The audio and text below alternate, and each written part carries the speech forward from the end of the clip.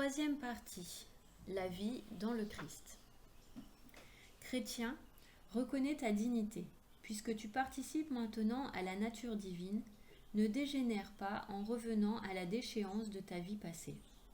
Rappelle-toi à quel chef tu appartiens et de quel corps tu es membre. Souviens-toi que tu as été arraché au pouvoir des ténèbres pour être transféré dans la lumière et le royaume de Dieu. 1692. Le symbole de la foi a professé la grandeur des dons de Dieu à l'homme dans l'œuvre de sa création, et plus encore par la rédemption et la sanctification. Ce que la foi confesse, les sacrements le communiquent, par les sacrements qui les ont fait renaître. Les chrétiens sont devenus enfants de Dieu. Participants de la nature divine, participants de la nature divine. En reconnaissant dans la foi leur dignité nouvelle, les chrétiens sont appelés à mener désormais une vie digne de l'évangile du Christ. Par les sacrements et la prière, ils reçoivent la grâce du Christ et les dons de son esprit qui les en rendent capables. 1693. Le Christ Jésus a toujours fait ce qui plaisait au Père. Il a toujours vécu en parfaite communion avec lui. De même, ses disciples sont-ils invités à vivre sous le regard du Père, qui voit dans le secret, pour devenir parfaits comme le Père céleste est parfait. 1694.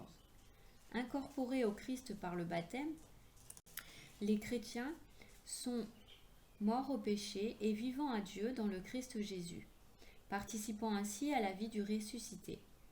À la suite du Christ et en union avec lui, les chrétiens peuvent chercher à imiter Dieu comme des enfants bien-aimés et suivre la voie de l'amour, en conformant leurs pensées, leurs paroles et leurs actions aux sentiments qui sont dans le Christ Jésus et en suivant ses exemples. 1695.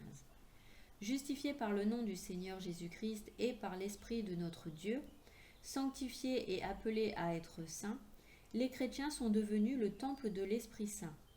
Cet Esprit du Fils leur apprend à prier le Père et, étant devenu leur vie, les fait agir pour porter les fruits de l'Esprit par la charité en œuvre. Guérissant les blessures du péché, l'Esprit Saint nous renouvelle intérieurement par une transformation spirituelle. Il nous éclaire et nous fortifie pour vivre en enfants de lumière, par la bonté, la justice et la vérité en toutes choses. 1696. La voie du Christ mène à la vie, une voie contraire mène à la perdition.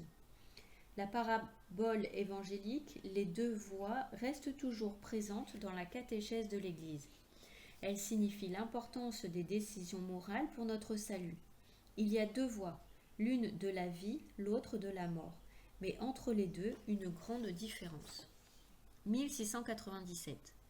Dans la catéchèse, il importe de révéler en toute clarté la joie et les exigences de la voie du Christ. La catéchèse de la vie nouvelle, en lui, sera une catéchèse du Saint-Esprit, maître intérieur de la vie selon le Christ, doux hôte et ami qui inspire, conduit, rectifie et fortifie cette vie. Une catéchèse de la grâce, car c'est par la grâce que nous sommes sauvés, et c'est encore par la grâce que nos œuvres peuvent porter du fruit pour la vie éternelle.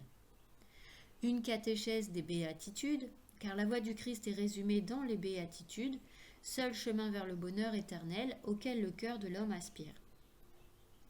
Une catéchèse du péché et du pardon, car sans se reconnaître pécheur, l'homme ne peut connaître la vérité sur lui-même, condition de l'agir juste, et sans l'offre du pardon, il ne pourrait supporter cette vérité.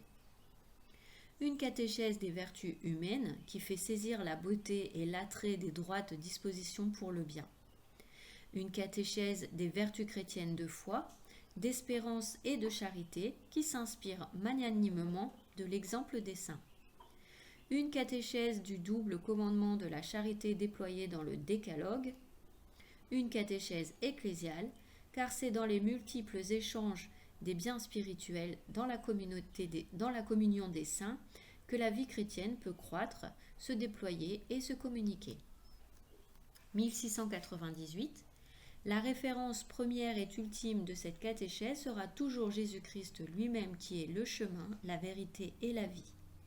C'est en le regardant dans la foi que les fidèles du Christ peuvent espérer qu'il réalise lui-même en eux ses promesses et qu'en l'aimant de l'amour dont il les a aimés, ils fassent les œuvres qui correspondent à leur dignité.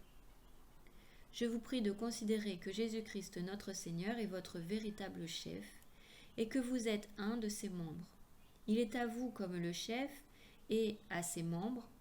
Tout ce qui est à lui est à vous, son esprit, son cœur, son corps, son âme et toutes ses facultés, et vous devez en faire usage comme de choses qui sont vôtres, pour servir, louer, aimer et glorifier Dieu.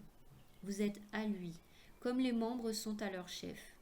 Aussi désire-t-il ardemment faire usage de tout ce qui est en vous pour le service et la gloire de son Père, comme des choses qui sont à lui. Ma vie, c'est le Christ.